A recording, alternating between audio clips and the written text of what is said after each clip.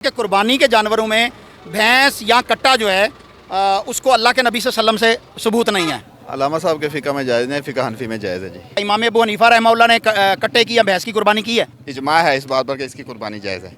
हम ज़्यादा बहस में नहीं पड़ेंगे जी। तो मैं पूरी जिम्मेदारी से कहता हूँ कि इसके ऊपर कोई इजमा नहीं है। ये हलाल जानवर है, इसका गोश्त खाना, इसका दूध पीना जायज़ और दुरुस्त है, लेकिन कुर्बानी अल्लाह के नबी सल्लल्लाहु अलैहि वसल्लम ने नहीं की। सर शौक से करते हैं। जी जी बिल्कुल करते हैं शौक से। कोई झोटी कितने दी है? भैंस और झोटी और जी कितना वजन कितना होगा इसका? 7 मन। 7 मन। लामा साहब आए ज़रा रहनुमाई कीजिएगा कि 7 मन का जानवर यहाँ पे मौजूद है और कितने की बताया आपने? 3.5 लाख की बता रहे। 3.5 लाख लगाने के बाद जो है बताइएगा कुर्बानी जायज़ है? ये आपने कुर्बानी के लिए लाए हुए हैं बेचने के लिए? क्या उम्र है इसकी?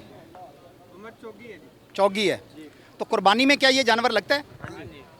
लगता है? हाँ जी, बता रहे हैं लगता है जी। पठान ले जाते हैं जोटियाँ। पठान लेके ये जाते हैं। नहीं, पठान लेके जाएं या कोई भी मुसलमान लेके जाए, बात तो ये है कि कुर्बानी के जानवरों में भैंस या कट्टा जो है उसको अल्लाह के नबी सल्लल्लाहु अलैहि वसल्लम से सबूत नहीं है।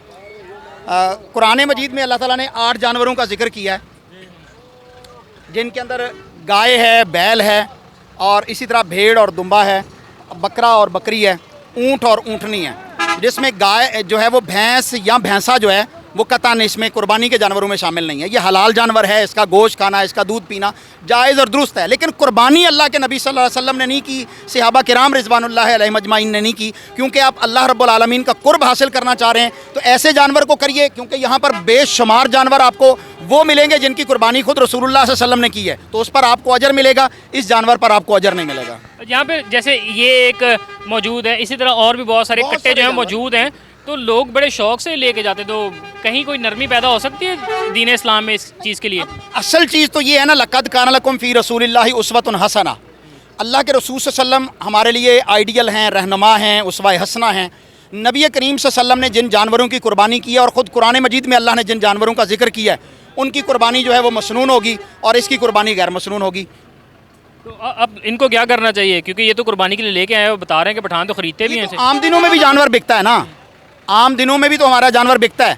अगर कोई कुर्बानी की नीयत से ख़रीदेगा तो उसकी कुर्बानी तो शरअन नहीं होगी। हमने तो किताब व सुन्नत बतानी है, आगे किसी के ऊपर ज़बरदस्ती तो हम कर नहीं सकते, ना हमारा काम है कि किसी के ऊपर ज़बरदस्ती करना। हमारा काम यह है कि हम मसले को बयान कर दें, अलैकल बलाग व अलैनल हिसाब। हमने पैगाम को पहुँचाना है, मानना ना मानना वो आम बंदों की मर्ज़ी है, ठीक है। इसके मुताबिक ये है कि अगर आप अल्लाह रब्बुल आलमीन का कुर्ब हासिल कर रहे हैं तो वही जानवर कीजिए जो सरवर कायनात मोहम्मद रसूलुल्लाह सल्लल्लाहु अलैहि वसल्लम ने किए या सहाबा किराम ने किए हैं।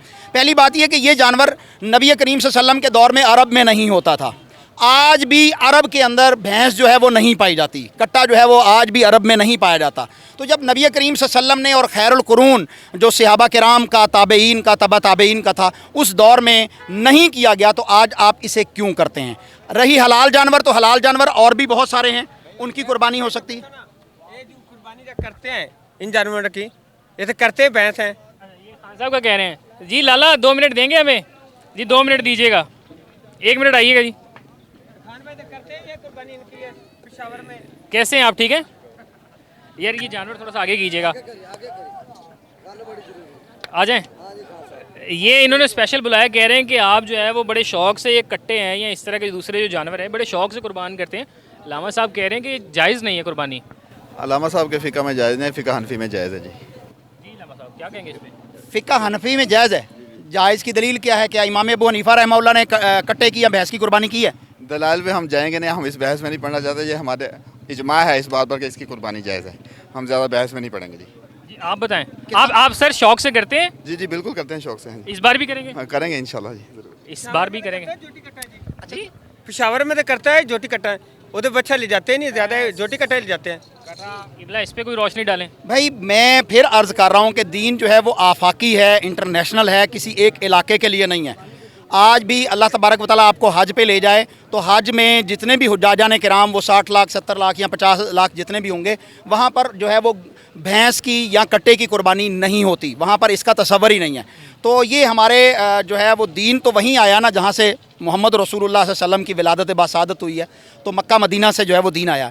मक्का में, मदीना में, अरब में इसकी कुर्बानी का तसव्वुर नहीं है। यहाँ पर लोग जो करेंगे वो सुन्नत से हटकर करेंगे। मैं इसके अलावा और कुछ नहीं शौकिया कह कहा जा सकता है सकता। इस कि पर वो अभी भाई कह रहे थे कि इजमा है, क्योंकि वो आलिम नहीं थे, तो मैं पूरी जिम्मेदारी से कहता हूँ कि इसके ऊपर कोई इजमा नहीं है। मैं कहता हूँ कि ये बता दें कि शायद लोग शौक के तौर पे, क्योंकि इसका जो गोश्त है थोड़ा सा ग़िज़ाई एतबार से भी लजीज होता है, तो लोग शायद वो एक शौक की बिना पे, जायके की बिना पे करते हो। अच्छा, मैं ये कहता हूँ कि कुर्बानी शौक के लिए नहीं करनी, इबादत के लिए करनी है। हम पूरे महीने 11 महीने या 12 महीने जो है वो गोश्त खाते ही रहते हैं। आप आम दिनों में भी वो ये गोश्त खाते हैं, तो क्या उन दिनों में गाय का गोश्त नहीं खाया जाता या बैल का गोश्त नहीं खाया जाता? खाया जाता है।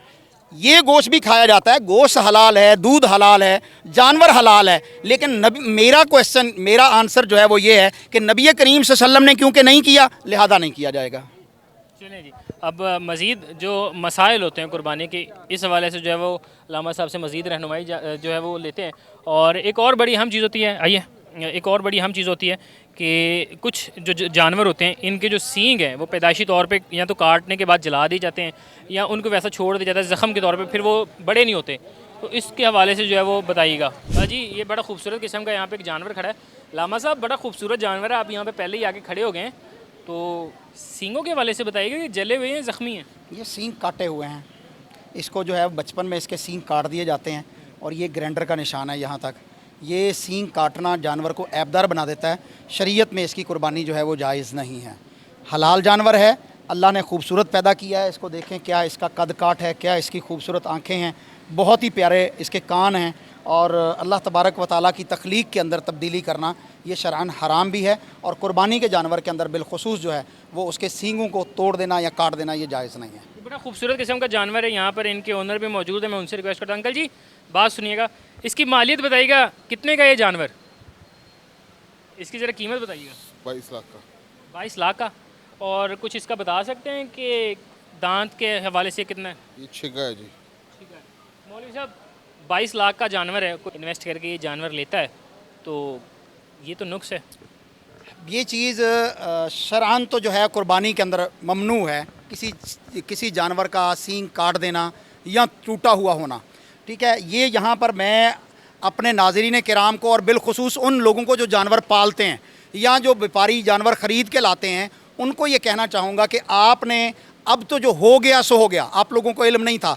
अल्लाह के नबी सल्लल्लाहु अलैहि वसल्लम ने जो है वो टूटे हुए सींग या कटे हुए सींग ऐसे जानवरों की कुर्बानी करने से मना फरमाया है। ये बिल्कुल प्लानिंग के तहत जो है सींगों को काटा जाता है ग्राइंडर के साथ, फिर उसके ऊपर जो है वो मेडिसन लगाई जाती है ताकि ये सींग ना बढ़ पाएँ। और इस तरह वो पता नहीं क्या खूबसूरत, हालांकि सींगों के साथ ये ज़्यादा खूबसूरत नज़र आता, लेकिन लोगों की सेंस ये है कि सींगों के साथ शायद खूबसूरत नहीं एक होगा। और सवाल भी है कि लोगों को इल्म नहीं है या लोग सिर्फ खूबसूरती देखते हैं, जैसे ये माशाल्लाह से अच्छा कद काट के हवाले से, वज़न के हवाले से अच्छा जानवर है, तो सिर्फ लोग खूबसूरती देखते हैं या उनको इल्म नहीं होता इन नकाइस के बारे में?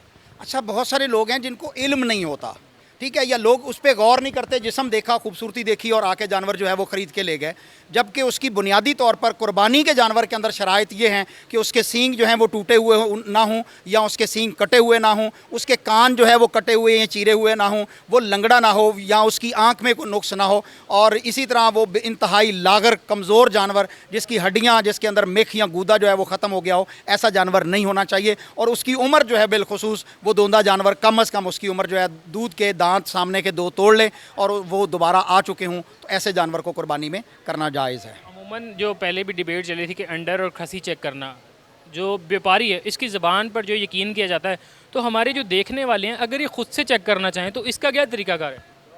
अच्छा, पहली तो बात मैं फिर कहूँगा कि आंडर जानवर की कुर्बानी भी जायज़ है।